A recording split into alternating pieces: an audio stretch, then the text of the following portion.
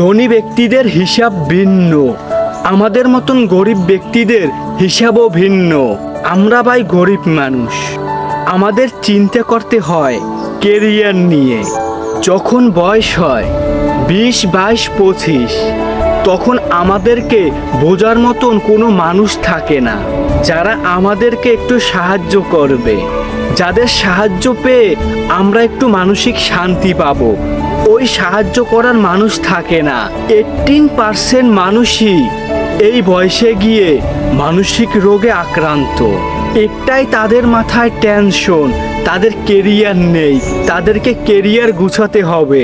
দেখেন, এই সময় আপনাকে আমাকে কেউ বুঝবে না, আপনাকে আমাকে কেউ সঙ্গ দিবে না, আপনাকে আমাকে কেউ এসে কেরিয়ারটাকে গুছিয়ে দিবে না।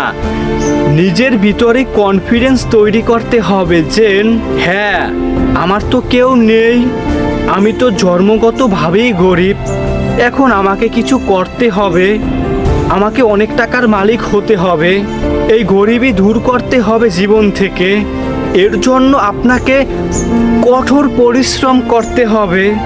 আপনি কিছু একটা শুরু করলেন, তারপরে একটা প্ল্যানিং করলেন, প্ল্যানিং করে ওটা দিয়ে আস্তে আস্তে সামনে আগালেন। আর যদি এখন এইটা চিন্তা করেন যে আমার তো কেউ নেই, আমাকে কে সাহায্য করবে, আমি গরিব মানুষ, যদি বড়লোক ফ্যামিলির ছেলে হতাম তাহলে তো জন্মগতভাবেই আমার একটা কিছু থাকতো কর্ম, ওটা আমি করে খেতাম। এখন তো আমার নেই, অমুকের আছে, আর ভাগ্যটা কতটা ভালো, আমার ভাগ্যটা কতটা খারাপ, এই রকমের আফসোস করা যাবে না। দেখেন, আল্লাহ চাইলে এখনই আপনাকে দিতে পারে, আবার আসে নিয়েও যেতে পারে। এখন আপনাকে দেয়নি, আপনি চেষ্টা করবেন, আল্লাহ আপনাকে দিয়ে দিবে। দেখেন, ডিপ্রেশনে যাওয়া যাবে না, টেনশন করা যাবে না। 20 থেকে 25 এই বয়সের গড়টা খুব খারাপ, মানুষ ধ্বংস হয়ে যায়, আবার এই বয়সেই নিজেকে নিজে ঘরে তুলে। এখন আপনার কাছে অপশন 2টা, আপনি আপনাকে গড়বেন নাকি আপনাকে ধ্বংস করে ফেলবেন টেনশন করে। যদি আপনি টেনশন করেন, আপনি মানসিক রোগী হয়ে যাবেন, আপনি কোনো কিছু করতে পারবেন না। আর যদি আপনি যে কাজটা ভালো পারেন, আপনি যে কাজটা পারবেন, যে কাজটার আপনি যোগ্য, ওই কাজটাই আপনি শুরু করে দিয়ে তারপরে একটা প্ল্যানিং করে ওটা আস্তে আস্তে বড় করার চেষ্টা করবেন। যদি আপনি এইভাবে পারেন তাহলে তো আপনার গরিবি দূর হয়ে যাবে, আপনি তো বড় হয়ে যাবেন। তারপরে যখন বিয়ে করবেন, ঘর সংসার হবে, ছেলে মেয়ে হবে, তারা তো আর গরিব থাকবে না। আপনি আপনাকে গড়েছেন, তারা তো গরিবই দেখবে না যেটা আপনি দেখেছেন। আর যদি আপনি এখন টেনশন করেন, চিন্তা করতে করতে সময়টাকে পার করে ফেললেন, জীবনে কিছু করতে পারলেন না। আপনি বিয়ে করলেন, ঘর সংসার হলো, ছেলে মেয়ে হলো, তারাও তো গরিব, তারাও তো একটা পর্যায়ে গিয়ে আপনার মতন এই সময়টাকে ফেস করতে হবে। আর যদি আপনি টেনশন না করে, চিন্তা না করে, আপনি যে কাজটা ভালো পারেন ওই কাজটার পিছনেই সময় দিতেন, ওই কাজটার পিছনেই সময় দেন, ওখান থেকেই তো কিছু একটা করতে পারবেন। হ্যাঁ, আমরা জীবনে ভুল সিদ্ধান্ত নিই, ভুল সিদ্ধান্তর কারণেই আমরা সামনে আগাতে পারি না, জীবনে কিছু করতে পারি না, জীবনে কিছু হতে পারি না।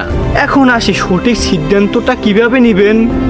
প্রথমে আপনাকে বুঝতে হবে, ভাবতে হবে, মনের কাছে প্রশ্ন করতে হবে ওই কাজটা আপনার জন্য নাকি আপনার জন্য নয়, ওটা আপনি পারবেন কি পারবেন না, ওই কাজটাকে কি আপনি ভালোবাসতে পারেন কি ভালোবাসতে পারেন না। যদি আপনি এইগুলো বুঝে যান তাহলেই ওটা আপনার জন্য। আর যদি দেখেন ওটা দ্বারা আপনি কিছু করতে পারবেন না, আপনি টিকতে পারবেন না, তাহলে ওটা আপনার জন্য নয়। শুরুতে মনে হতে পারে হ্যাঁ এটাই তো আমার জন্য, এটা দিয়ে তো আমি কিছু করতে পারবো, এরকমের মনে হলে হবে না। আপনি একটা কিছু শুরু করলেন, ওখানে অনেক বড় জ্বর আসলো, সব কিছু তছনছ হয়ে গেল, ওখানেই আপনাকে পরে থাকতে হবে, আবার সোজা হয়ে দাঁড়াতে হবে, তাহলেই আপনি জীবনে কিছু করতে পারবেন। এখন সিদ্ধান্ত আপনার হাতে, আপনাকে বুঝে শুনে তারপরে সিদ্ধান্ত নিতে হবে।